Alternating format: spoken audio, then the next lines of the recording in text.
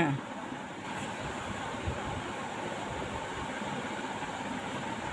ம் ஆ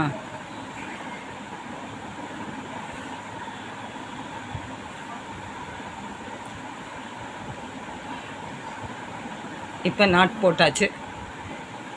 இது மாதிரியே ஒன்று ஒன்றா உள்ளே விட்டு ஒரு ரப்பர் பேண்ட்டுக்கு உள்ள ஒரு ரப்பர் பேண்ட்டை விட்டு இப்படி நாட் போட்டு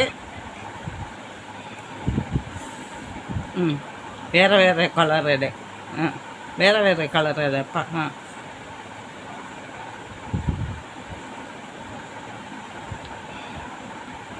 இப்படி உள்ளே விட்டு எப்படி உள்ளே சொருகி நாட் போடணும்.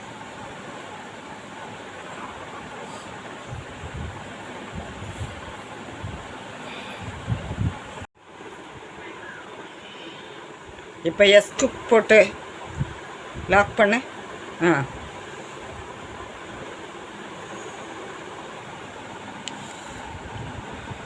போட்டாச்சா? மறுபக்கம் எஸ்குக்கு போட்டு ஃபினிஷ் பண்ணிவிடு. அவ்வளோதான். ஈஸியாக ஒரு செயின். ரொம்ப விரிக்காதமான, ரொம்ப விரிக்காத, ரொம்ப